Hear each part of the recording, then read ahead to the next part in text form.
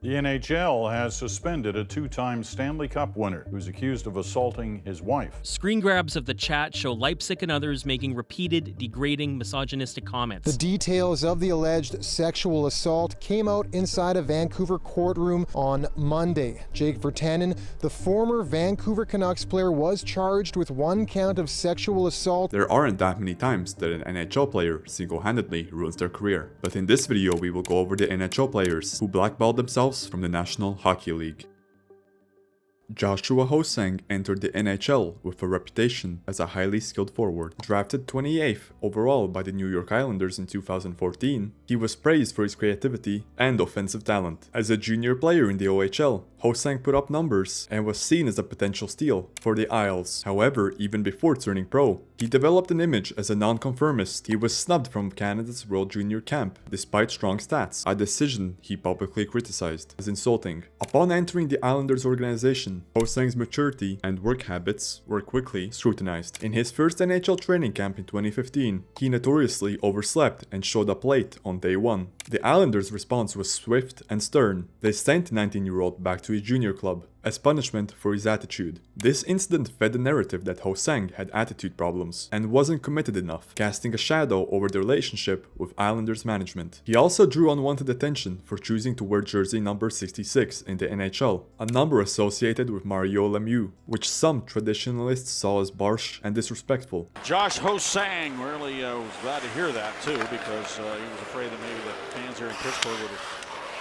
rain down on him with booze as a result of him picking that number. Although the controversy over the number was widely regarded as overblown, it added to the perception that Ho-Sang didn't mind defying the norms. Over his few years with the Islanders, Ho-Sang toggled between flashes of promise and stretches of being shunned by the organization. He played 53 NHL games between 2016 and 2019 and produced a respectable 0.45 points per game, but he could never secure a permanent roster spot. Reports persisted that the team was unhappy with his consistency and attitude. Ho-Sang himself felt frustrated by the lack of opportunity, at one point calling it insulting when he was reportedly left off the NHL roster despite performing well in the AHL. By 2019, tensions culminated in Ho-Sang requesting a trade. The Islanders responded by loaning him to a team in the Swedish League, SHL, for the remainder of 2019 to 2020, an unusual move for a former first-round pick. It was evident that the trust between the player and the team had eroded. The Islanders, especially after Lou Lamoriello took over as GM in 2018, grew increasingly unwilling to accommodate Ho-Sang's individuality. Management cited attitude and maturity concerns dating back to junior, effectively impeding his path. Some analysts and fans even wondered if Ho-Sang was being held back for personal differences rather than purely hockey reasons. Ho-Sang's NHL career stalled out with the Islanders. After going unsigned as a free agent, he got a lifeline from the Toronto Maple Leafs in 2021, who invited him to camp on a professional tryout. Ho-Sang impressed enough to earn an AHL spot with the Toronto Marlies, hoping to reboot his career in his hometown organization. He performed decently in the AHL, but an NHL contract never came. By 2022, Ho-Sang had moved to play professionally in Europe, including the KHL. Ho-Sang was never accused of doing any harm, he was just not fitting in. However, in contrast, Slava Voinov committed a violent act that couldn't be waved away by the locker room. His story wasn't one of second chances denied, but of second chances never deserved. Vyacheslav Slava Voinov was a talented defenseman whose NHL career came to an abrupt halt at age 24. A 2008 second-round draft pick of the Los Angeles Kings, Voinov blossomed into a top 4 blue liner and was instrumental in the Kings Stanley Cup wins in 2012 and 2014. By 2014, he was a rising star with a lucrative 6-year contract. In terms of hockey ability alone, Voinov was in his prime and an asset any team would want, a mobile defenseman with offensive upside and championship experience. However, Voinov's downfall came entirely from off-ice conduct. On October 19, 2014, he was arrested after a violent altercation with his wife. Details from police reports were disturbing.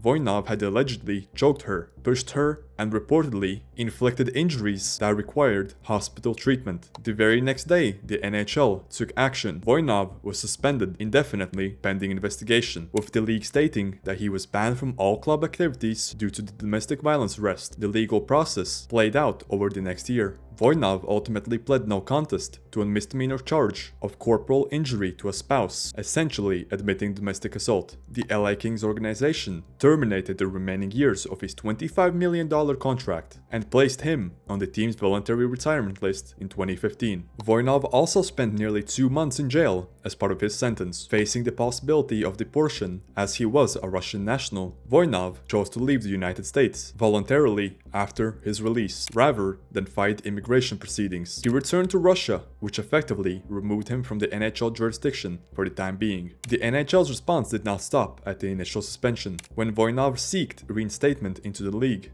conducted its own review of the case under the collective bargaining agreement. In April 2019, Commissioner Gary Bettman announced that Voinov would remain suspended for the entire 2019 to 2020 season and playoffs due to the domestic violence incident. Bettman's statement underscored that the NHL cannot and will not tolerate acts of domestic abuse, and calling Voinov's conduct unacceptable off-ice conduct. Voinov's talent alone might have earned him a second chance under different circumstances, but the nature of his offense made no teams want him. Even after his NHL suspension period had ended, no team signed him. Part of the reason is that his rights technically still belong to Los Angeles on the voluntarily retired list, and the Kings had no interest in activating or trading those rights. Moreover, the PR backlash of signing a convicted domestic abuser would be severe. Voinov's exile from the NHL was swift and obsolete, driven by a criminal conviction and the league's response to domestic violence. But what happens after the allegation alone is enough to destroy a career, even without conviction. Enter Jake Virtanen, drafted 6th overall by the Vancouver Canucks in 2014. He was a power forward, hailed for his blend of size and scoring ability. Coming from the Vancouver area himself, he was seen as a homegrown future star. However, Virtanen's on-ice development never truly blossomed. After breaking into the NHL in 2015 as a teenager, he struggled to produce consistently. Through the late 2010s, he was jumping in and out of the Canucks roster and their AHL affiliate, showing flashes but often criticized for poor fitness and hockey IQ. By 2020-21 season, he was a bottom 6 winger who hadn't met the expectations of his draft slot. He was an everyday NHL player until a serious accusation changed everything. In May 2021, news broke that Virtanen was being accused of sexual assault in an incident dating back to 2017. A 23-year-old woman filed a police complaint alleging Virtanen had non-consensual sex with her while he was with the Canucks. The allegations immediately created a firestorm in the media and among fans. Virtanen was placed on indefinite leave from the team in May 2021 as police began investigating, effectively removing him from all team activities. A month later, the Canucks exercised a contract buyout, cutting ties with then the 24-year-old forward, despite 1 year remaining on his deal. This move signaled that the team did not plan on Virtanen playing for them ever again, regardless of how the legal process unfolded. The NHL deferred to the legal process in Virtanen's case. There was no immediate league-issued suspension, likely because Virtanen was removed from the team voluntarily. The Canucks organization, however, faced pressure to address the situation decisively, and by buying him out, they made Virtanen an unrestricted free agent in summer 2021. At that point, Virtanen effectively had no NHL takers. With his reputation tarnished and his on-ice performance not strong enough for teams to overlook the situation, he found no contract offers in the North American League. Virtanen headed to the KHL in Russia for the 2021 to 2022 season.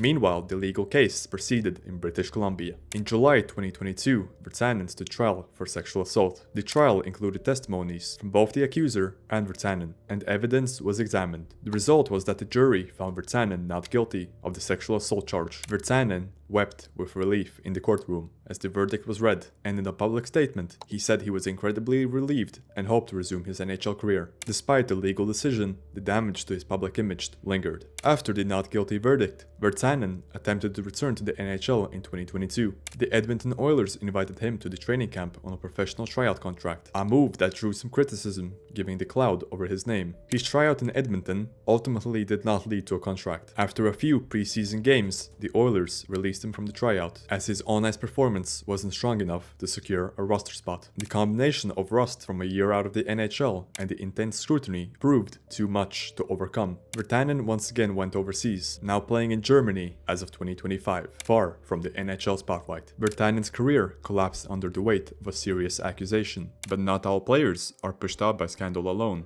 Mike Ribeiro's fall wasn't one moment or one headline. It was a slow, painful descent marked by addiction, instability, and personal chaos that teams eventually refused to manage. Mike Ribeiro is an example of a veteran player whose personal demons and misconduct caught up to him, leading to an abrupt exit from the NHL. Ribeiro had a long and productive career as a skilled playmaking center. Drafted 45th overall by Montreal in 1998, he broke out in the early 2000s and went on to post multiple 60-plus point seasons, notably with the Dallas Stars. Known for his slick passing and power play effectiveness, Ribeiro also had a reputation for off-ice partying and a lack of discipline. By 2014, Ribeiro's then team, the Arizona Coyotes, had enough of his conduct. Despite signing him to a 4-year $22 million contract, the Coyotes bought out Ribeiro after just one season, citing behavioral issues, widely understood to be related to alcohol abuse and perhaps erratic behavior. The Coyotes GM, Don Maloney at the time, made comments about needing players who could be reliable on and off the ice, implying Ribeiro was not meeting that standard. This was a serious red flag. Teams rarely buy out a top 6 center after one season, unless something is very, very wrong. In mid-2015, an even more disturbing story became public. Ribeiro's former family nanny filed a civil lawsuit accusing him of sexually assaulting her back in 2012, when Ribeiro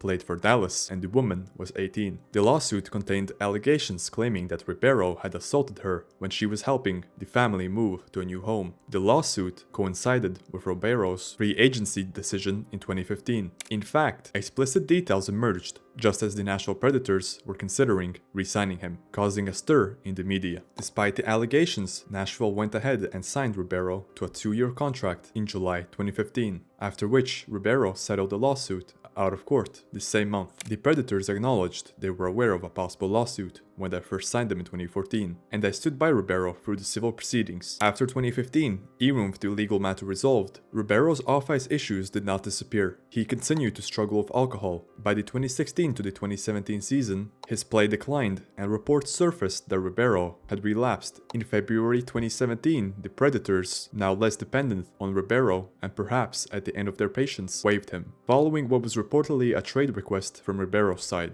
He cleared waivers since no other team claimed him and was assigned to the AHL. At this point, it became clear that Ribeiro's reputation had plummeted league-wide. The fact that not a single team was willing to take him for free off waivers spoke volumes. Ribeiro did report to the AHL's Milwaukee Admirals, but his heart wasn't in it, and he left the team before the season's end to enter the NHL substance abuse program. After 2017, Mike Ribeiro never played another NHL game ever again. His agent even stated, "There is not a single NHL or even European team that has called me to inquire about his services." This blunt quote, given in 2017, essentially confirmed Ribeiro not being wanted anymore. Despite his talent and the fact that he was only in his mid-30s, teams around the world wanted nothing to do with him. The combination of his well-documented personal issues, the substance abuse relapses, and the lingering shadow of the sexual assault allegations made him an unpopular signing. He had simply burned too many bridges. In the years since, Ribeiro's life, post-hockey, has had further turbulence. Notably, in 2021 to 2022, he faced another court case in Texas, unrelated to his playing days. Mike Ribeiro's downfall came from years of internal battle, addiction, lawsuits, and a crumbling sense of control. However, Brendan Leipzig's implosion was different, a self-inflicted wound in the digital age, where one lapse in judgment shattered a career. Brendan Leipzig's NHL tenure was comparatively short and unremarkable on the ice, until a single incident made him one of the most talked about players for all the wrong reasons. Leipzig was a depth forward drafted in 2012 by the Nashville Predators and was bouncing through a few organizations. He carved out a role as a fourth liner for the Toronto Maple Leafs, Vancouver Canucks, Los Angeles Kings, and by 2019, the Washington Capitals. He was never a star. His career high was 23 points in a season. By 2020, at age 25, Leipzig was a replaceable part, a journeyman type. However, he was an active NHL player, under contract, and presumably hoping to stick around in the league. That virtually changed overnight in May 2020. Poses and posts to promote positive body image. But this picture became something else when it wound up in an Instagram chat group of elite Winnipeg-raised hockey players, including NHLer Brendan Leipzig. Oink oink. She's getting way bigger. No, you're too fat, Nicole. Joints can't take it. It gets a lot worse. Screen grabs of the chat show Leipzig and others making repeated, degrading, misogynistic comments. All of it private until it was posted anonymously online. A private Instagram chat involving Leipzig was leaked to the public. The leaked messages were vulgar, misogynistic, and disparaging. Leipzig and others in the chat made crude insults about women, including calling them fat and pigs, and even took shots at current NHL teammates and opponents' wives and girlfriends. Leipzig referred to his Capitals line mates Nick Dowd and Garnet Hathaway as losers in response to a photo of them. The comments were meant to be private, but once public, the backlash was intense. The NHL community, fans, players, and officials reacted with near universal condemnation. The NHL released a statement within a day, calling Leipzig's remarks misogynistic and reprehensible, stating, "There is no place in our league for such statements, attitudes, and behavior, no matter the form." The Washington Capitals were also quick to respond. Just 2 days after the leak, the Capitals placed Leipzig on unconditional waivers, purpose of terminating his contract. Essentially, Washington cut him loose immediately. The response was decisive. Once those Instagram messages were out, Leipzig's standing in the NHL was untenable. His teammates would not welcome him back. Some of them were the targets of his insults after all, and the organization could not justify keeping him. The Capitals called the comments unacceptable and said they would handle it internally. That handling turned out to be firing the player. By terminating his contract, the Caps made Leipzig a free agent. But unlike a typical free agent, Leipzig now carried a massive stigma. He issued a public apology claiming his friend's account was hacked and that the messages are not representative of who he is. But the damage was done. And honestly, this is one of the worst apologies and worst excuses I have ever seen. But anyways, after his contract was terminated, Leipzig did not receive any interest from any other NHL teams. Teams viewed him as a locker room cancer and a PR liability. With the NHL's doors closed, Leipzig went overseas. By late May 2020, he signed a one-year contract to the KHL. He has continued to play in the KHL, even acquiring a Russian citizenship to avoid import limits. Brendan Leipzig was blacklisted for what he said, Alexander Semin for what he didn't do. There were no scandals, no leaked messages, just a creeping sense that he didn't care enough. Alexander Semin's journey from a premier NHL goalscorer to out of work is a study in how perception and effort can influence a player's fate. A Russian winger, drafted 13th overall by the Washington Capitals in 2002. In Washington, he developed into a lethal offensive force, often playing alongside Alexander Ovechkin and Nicholas Backstrom. He recorded a 40-goal season in 2009 to 2010 and 2 other 30-goal campaigns, finishing his time with the Caps as one of their all-time leading goal scorers. Talent-wise, Semin was elite, a wicked wrist shot, great hands, and game-breaking ability. However, he was also tagged with the enigmatic Russian label, a stereotype for being inconsistent and perceived as lacking passion or work ethic. As a free agent in 2012, Semin's reputation as a mercurial player meant only a one-year deal with Carolina, but he shone in the lockout-shortened season and earned a 5-year extension with the Hurricanes. The turning point was the 2014 to 2015 season. Semin's performance fell off a cliff. He scored only 6 goals in 57 games, seeming disinterested and a step behind. Hurricanes management and fans grew frustrated with his lack of output and apparent lack of engagement. In 2015, after that dreadful season, Carolina bought out Semin's contract, eating the cost of the 3 remaining years. That was a bold move, considering they had invested heavily in him. General manager Ron Francis stated it was a difficult decision, but the right decision for the team. Suddenly, at 31, Semin was a free agent with a tarnished image. Ask many observers and they described Semin with the words like lazy or passive. Fair or not, that was the book on him. A skilled player who didn't seem to work hard. Some analysts, however, defended Semin, noting he had been dealing with a wrist injury and that his underlying puck possession stats were actually still pretty good. But the sentiment among NHL executives was skeptical. After the buyout, one writer wrote that Semin likely would sit in a free agency for a while, as GMs grapple with the risks of hiring the enigmatic Russian. Montreal stepped up with a 1-year contract, $1.1 million in July 2015, a gamble that maybe Semin could bounce back in a new environment. It didn't work out. Semin lasted just 15 games with the Canadiens, scoring 1 goal and often being a healthy scratch. By December 2015, Montreal waived Semin and sent him to the AHL, and then mutually terminated his contract. No team put in a claim when he was on waivers, and at that moment, Semin's NHL career was effectively over. As many others on the list, Semin returned to Russia in the KHL, where he played a few more years before retiring. It is also important to note that the media played a big part in cementing Semin's blackballing from the league. Hockey commentators notoriously criticized him on air. In one segment on TSN, Panelists outright called Semin a loser, and Complete Coach Killer, asserting he had no interest in playing hard. Very, very similar numbers. Will you take a chance on Semin? The difference is one guy has a ton of character, one guy has no character. One guy scores 30 goals and doesn't help his team. One guy scores 25 goals and he helps him in every single way. Right. So, yeah, I would sign him. He's going to be banished to a place like Columbus or someplace like that, and that's where those guys do. They head to the Island of Misfit Toys. But what about if he goes to a place where he respects people around him? I would say, like, Detroit could probably bring him in and have that ability to bring him in and surround him with a Datsuk. You've got to have a really, really strong group. There's an old NHL general manager says either take a guy that's a complete winner or take a guy who's a complete loser. He falls in that category. Maybe they can change him. You don't change people that much. Whether accurate or not, this was the prevailing narrative. Semin didn't care enough, and that scares teams off. No GM wants to bring in a player whom the coach might not be able to motivate, especially if that player is no longer producing big numbers. For fans and featured players, these stories underline a simple truth. Skill can open the door to the NHL, but only character and consistency will only keep you there. Each player here at one point had the skills to be in the league, some even to be stars, yet their careers were cut short when the intangible factors outweighed their talent. Play hard, behave well, and be a positive part of the team, or you won't last long in the best league in the world.